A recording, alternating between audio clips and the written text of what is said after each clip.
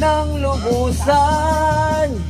Pigilan ng damdamin kung kailangan, upang di masaktan kung ika'y iiwanan. Kasalanan bang mahalin ka ng silingan, upang ako iyong iwanan?